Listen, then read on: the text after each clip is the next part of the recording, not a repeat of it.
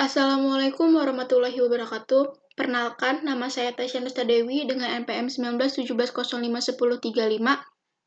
Di sini saya akan membahas tentang UTP, keamanan sistem informasi. Yang pertama, ada pengenalan keamanan sistem informasi.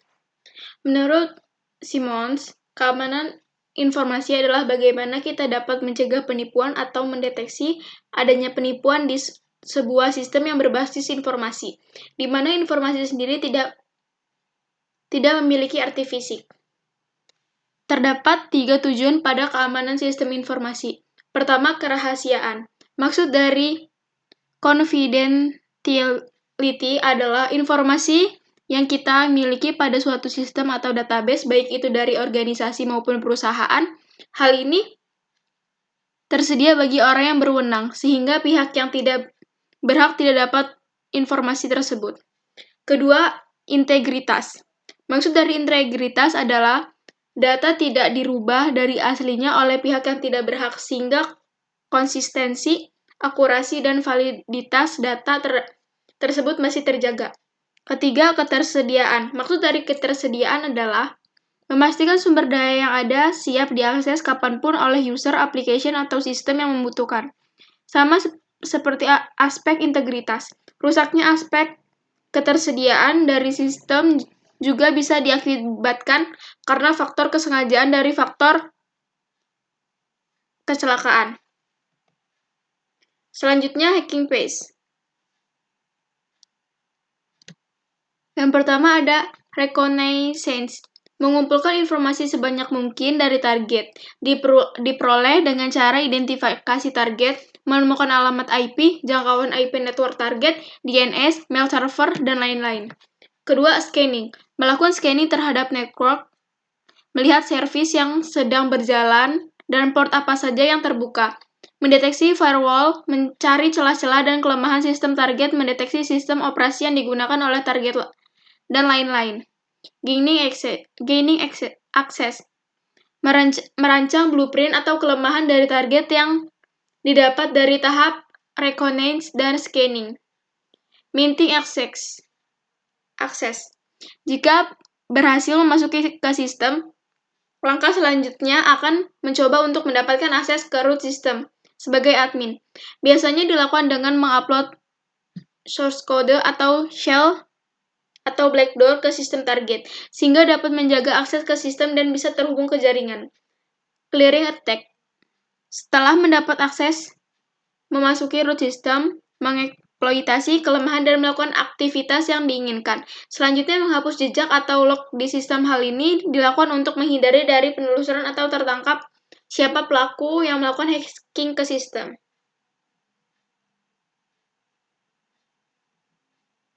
Kedua, ada footprinting. Footprinting, atau dikenal juga sebagai pengintaian, adalah teknik yang digunakan untuk mengumpulkan semua informasi tentang sistem komputer dan entitas milik mereka atau target. Untuk mendapatkan informasi ini, seorang hacker mungkin menggunakan berbagai alat dan teknologi. Informasi ini sangat berguna bagi peretas yang mencoba memecahkan seluruh sistem. Di bawah ini ada beberapa alat yang saya diketahui dalam melakukan footprinting. Pertama ada Nmap, WHOIS, NSLOOKUP, DIG, WhatWeb, The Harvester, Supplies3r, Poof, Recon. Tipe of footprinting. Pertama ada inner footprinting, adalah pencarian informasi terhadap suatu situs di mana Anda sudah berada di dalam jaringan komputer tersebut. Anda sudah berada di dalam gedung dan menggunakannya fasilitas internet gratis. Outer footprinting adalah pencarian informasi terhadap suatu sistem di mana Anda tidak berada di dalam jaringan komputer target. Anda berada jauh dari komputer target. Informasi gathering. Jenis informasi apa saja yang dikumpulkan dari footprinting? Pertama ada operating system of the target machine, firewall, IP address, network map, security configuration of the target machine, email ID, password, server configuration, URLs, VPN. Method of footprinting. Search engine. Netcraft, People, Smart, Google, Alred, Yahoo, Bing, Shodan. Advanced Google Hacking, Google Docs, Exploit DB, complex search query strings, social network, Facebook, Twitter, Instagram, Google+, website footprinting, website informer, spider, HTTP track, website repair copier, email footprinting, Freewheeler, trace email, Yesware, get notify. Who is footprinting? Whois.net, Whois, pemilik dari domain name Competitive Intelligence Gathering. Business Wire, analisis dari website pesaing. DNS footprinting. DNS lookup, DNS watch, IP dan domain pada server. Network footprinting, visual route and map, social engineering, dumpster diving, solder suffering, eavesdropping. Selanjutnya ada recognize atau pengintaian. Nmap atau Network Mapper adalah sebuah aplikasi atau tool yang berfungsi untuk melakukan port scanning. Nmap dibuat oleh Gordon Likon atau lebih dikenal dengan nama Fyodor Vaskovich. Aplikasi ini digunakan untuk eksplorasi dan audit keamanan jaringan. Output Nmap adalah sebuah daftar target yang diperiksa dengan informasi tambahannya tergantung pada opsi yang digunakan. Di antara informasi itu adalah tabel port menarik. Tabel tersebut berisi daftar angka port dan protokol, nama layanan, dan status. Status adalah terbuka, difilter, ditutup, atau tidak difilter. Terbuka berarti bahwa aplikasi pada mesin target sedang mendengarkan atau listening untuk koneksi atau paket pada port tersebut. Difilter berarti bahwa sebuah firewall, filter, atau penghalang jaringan lainnya memblokir port sehingga Nmap tidak dapat mengetahui apakah ia terbuka atau tertutup. Tertutup, port tidak memiliki aplikasi yang sedang mendengarkan meskipun mereka dapat terbuka kapanpun. Tidak difilter, ketika mereka menggapi probe Nmap, namun Nmap tidak dapat menentukan apakah mereka terbuka atau tutup. Open filter dan close filter ketika ia tidak dapat menentukan status manakah yang menggambarkan sebuah port. Type of Nmap ada GUI and CLI. Contohnya seperti ada yang digambar di bawah ini. How to use tool of map. Di sini sudah dijelaskan gimana cara menggunakan tools Nmap secara rinci.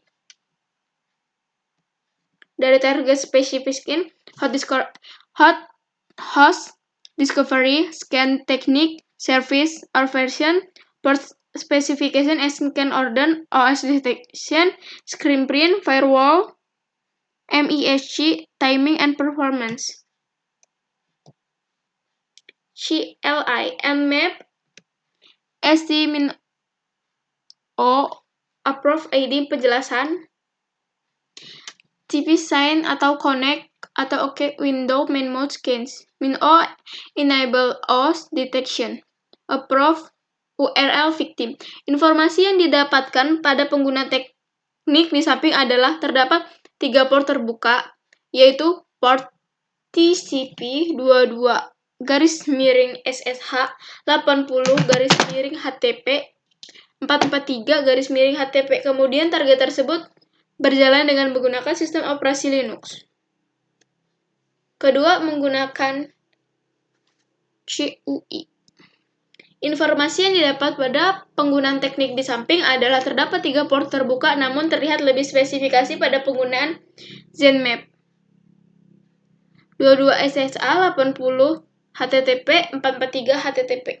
Kemudian target tersebut berjalan dengan menggunakan sistem operasi Linux. Kemudian terdapat DNS record for 66.1.2.48.62.48.17.4.com dan traceroute hop RET address 188.00 ms 10.120.192.1. Yang kedua 8.00 ms 172.11.0146.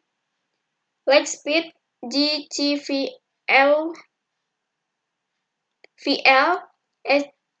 sbcglobal.net.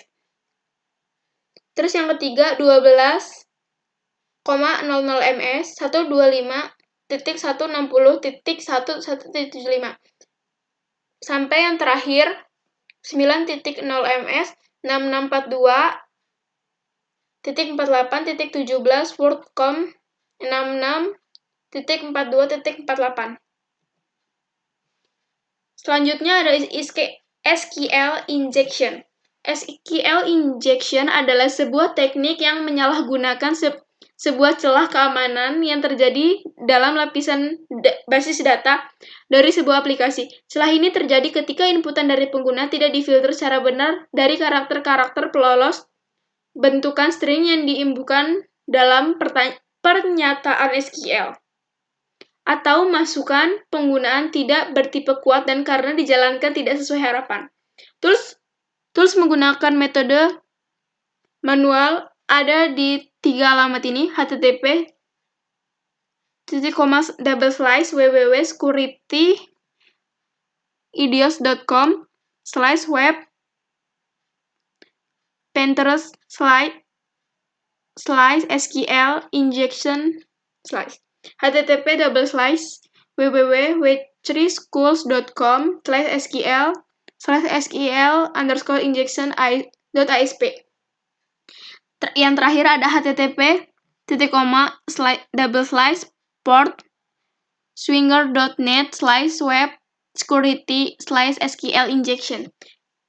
Menggunakan toolsnya ada SQL Map, GSQL Injection, BB, KSQL, NoSQL Map, White Windows, DSS, Explo, Blind SQL, Bitshifting, Leviathan, Bli SQY. Little introduction. Parameter SQL manual itu ada tanda petik 1, hack, command out, end statement, wildcards. Parameter SQL ada cek URL seperti yang begini, terus cek database, cek table, cek kolom, dump data, select database, select table, select kolom. Install SQL on Windows itu pertama download dan install Python. Karena SQL Map ditulis dengan Python, hal pertama yang Anda butuhkan adalah interpreter Python untuk penerjemah Python dari http://www.python.org. Pemasangan Windows dapat ditemukan di sini. Di https://www.python.org download Windows. Ada 2 seri Python. Yang pertama ada 2,7x dan 3,3x. SQL Map harus berfungsi dengan baik. Jadi unduh dan install. Kedua, download dan install SQL Map. Selanjutnya unduh file zip SQL dan sqlmap.org. Extract file zip directory manapun. Luncurkan command prompt dan arahkan ke direktori SQL Map. Sekarang jalankan script sqlmap.py dengan interpreter Python seperti yang ada di gambar di samping ini. Install SQL Map on Linux. Pertama, perintah terminal git clone dpt1 http://github.com/sqlmapproject/sql.git /sqlmap-dev cd sqlmap-dev/ python sqlmap.py sama seperti di gambar ini. Kemudian ada install SQL Map on Mac. Perintah terminal berinstall SQL Map, kemudian SQL Map. Seperti gambar yang ada. Kemudian study case. Target homemade http://ksi lab.webhostab.com http://skli/ export target with doc seperti yang ada alamat di sini. Kemudian stepnya footprinting and map unit until get IP using parameter SQL map until you get information on database and table. Ketiga, then you dump data from column database. 4, and you login on application or website. Example error SQL. Error message, you have an error in your SQL syntax. Check the manual that corresponds to your MariaDB server version for the right syntax to use near at line 1. Seperti yang ada gambar di samping ini. Kemudian ada PDF Crack. PDF Crack adalah alat GNU atau Linux untuk memulihkan kata sandi dan konten dari file PDF. Ini kecil, baris perintah digerakkan tanpa ketergantungan eksternal. Aplikasi adalah open source GPL, mendukung penanganan keamanan standar revisi 2, 3, dan 4 pada semua versi PDF yang dikenal. Kedua, mendukung pemecahan kata sandi, pemilik, dan pengguna. Ketiga, baik daftar kata dan kata sandi brute forcing didukung permutasi sederhana. Saat ini hanya mencoba karakter pertama sebagai huruf besar. Simpan atau muat pekerjaan yang sedang berjalan. Pembanding sederhana. Pencarian yang dioptimalkan untuk kata sandi pemilik. Ketika kata sandi pengguna diketahui. Instalasi PDF Crack kali Linux atau Linux. Sudo apt-get install PDF Crack. Sintaks menjalankan PDF Crack. PDF Crack ffilename.pdf. PDF Crack filename.pdf option. Seperti yang ada gambar ini. Enskripsi dan deskripsi.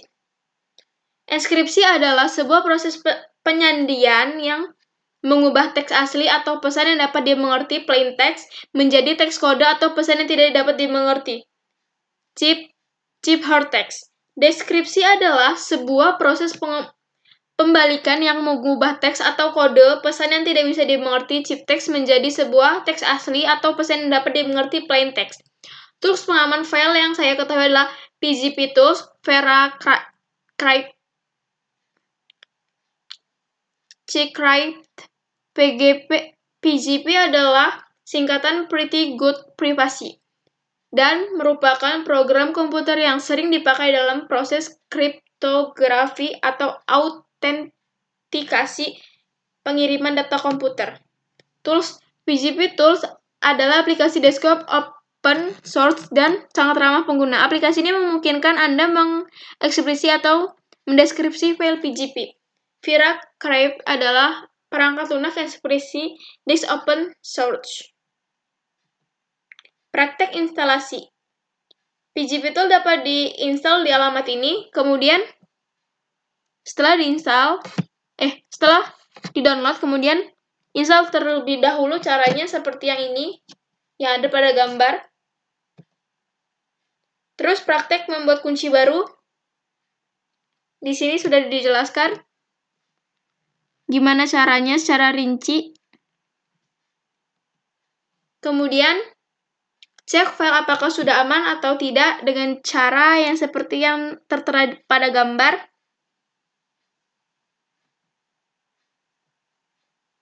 Terus praktek deskripsi file ini sudah dijelaskan langkah-langkahnya secara jelas pada gambar juga.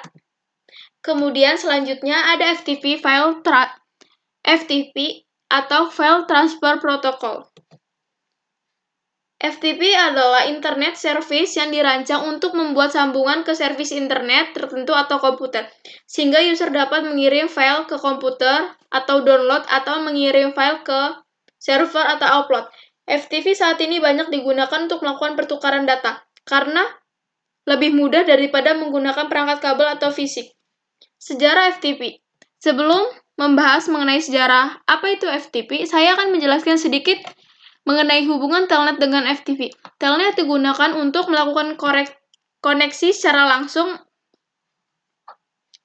indirect network, sedangkan FTP menggunakan koneksi tidak langsung. Kedua jenis TCP or IP koneksi ini menjadi dua model utama yang dikenalkan. Koneksi tidak langsung berarti menggunakan sumber daya dari remote host yang menggunakan pada sistem lokal, kemudian mentransferkannya kembali ke remote host.